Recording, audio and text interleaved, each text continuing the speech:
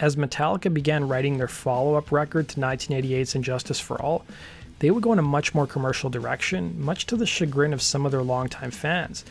As they toured on Injustice for All, they noticed that their songs didn't translate as well to a live audience. The first song written for the new album would be a track called Enter Sandman, which strangely enough frontman James Hetfield wouldn't come up with the lyrics for until the later part of the recording process.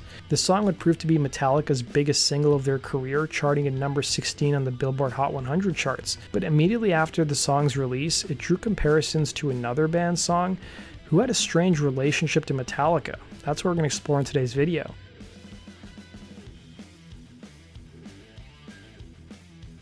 In the summer of 1990, James Hetfield and Lars Ulrich, Metallica's principal songwriters, met to go through song ideas, which they would record on what they refer to as the riff tapes. One of the riffs the pair heard on those tapes would be Enter Sandman, a guitar riff guitarist Kirk Hammett had come up with.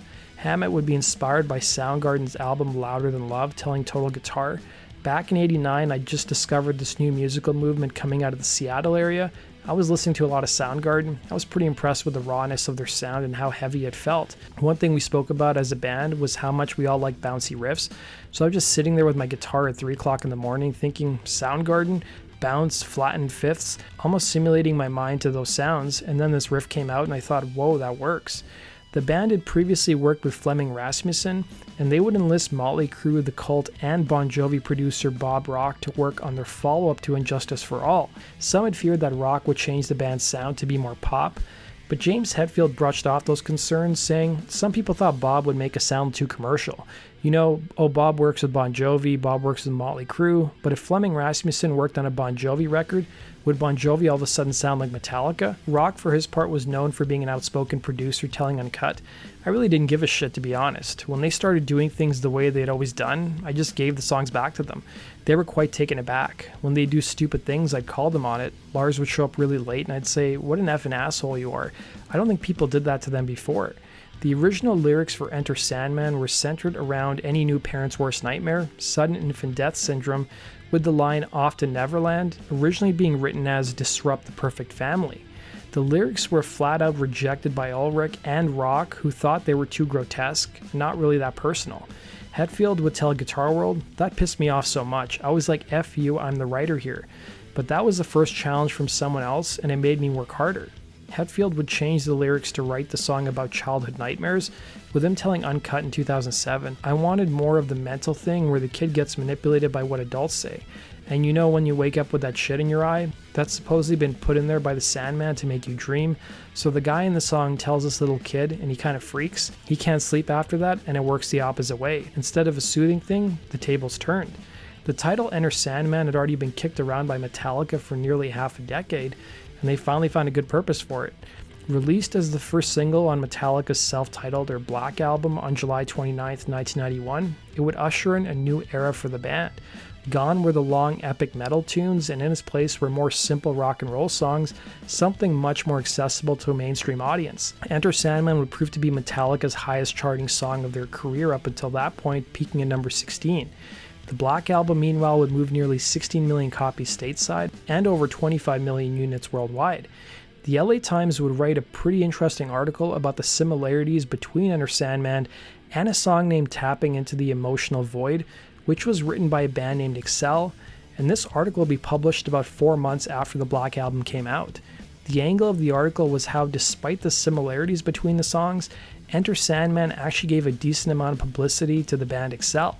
Up until this point, Excel had sold about 20,000 copies of their album The Joke's on You, the record which Tapping Into the Emotional Void was found on. It would be several heavy metal radio DJs around America who discovered the similarities between the two songs and started playing Tapping Into the Emotional Void on their stations. The paper would interview DJ Chris Payne at Reno's KZAK-FM, who hosted a show called Metal Madness, which played both songs and talked about the similarities between them. Excel at that time was signed to a label named Caroline Records, which reissued Tapping Into the Emotional Void as a single due to the publicity from Enter Sandman, resulting in it being the most added song in early December to metal stations around the country. A spokesperson for Caroline Records would tell the LA Times, Radio has really picked up on it. Sales after 2 years of virtual inactivity are really going to put the record back on track. The paper would also interview Dave Berger, who is the radio program director for Villanova University, which was just outside of Philadelphia, who also heard the similarities between the songs.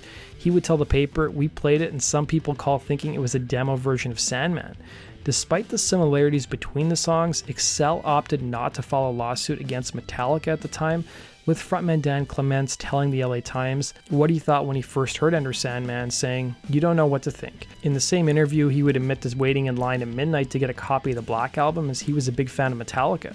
It would be Excel's manager, Jane Hoffman, who told the LA Times why the band wouldn't proceed with a lawsuit, revealing, "A lawsuit unfortunately sucks everything else out of your life. Every day you're dealing with it. Instead of dealing with the positives, you're dealing with the negatives, and nothing is proceeding." The LA Times would also reach out to Metallica's manager, Cliff Bernstein, who claimed he hadn't heard of Excel's song, claiming any similarities were just coincidental. Strangely enough, Excel guitarist Adam Siegel had in the early 90s played with the band Infectious Grooves, a group that consisted of two of the members of Suicidal Tendencies, a band that Cliff Bernstein also managed. Bernstein would be asked for comment, telling the LA Times, "If Excel could write that one as good as that, I'm sure they can write more, then they'll be successful." Nearly 12 years after the release of the Black Album, it was reported that Excel were threatening Metallica with a lawsuit over the similarities between the two songs, but nothing seemed to come from that threat. However, a year later, former Metallica member and Megadeth leader Dave Mustaine would echo a similar sentiment, claiming the song was a ripoff of the Excel track.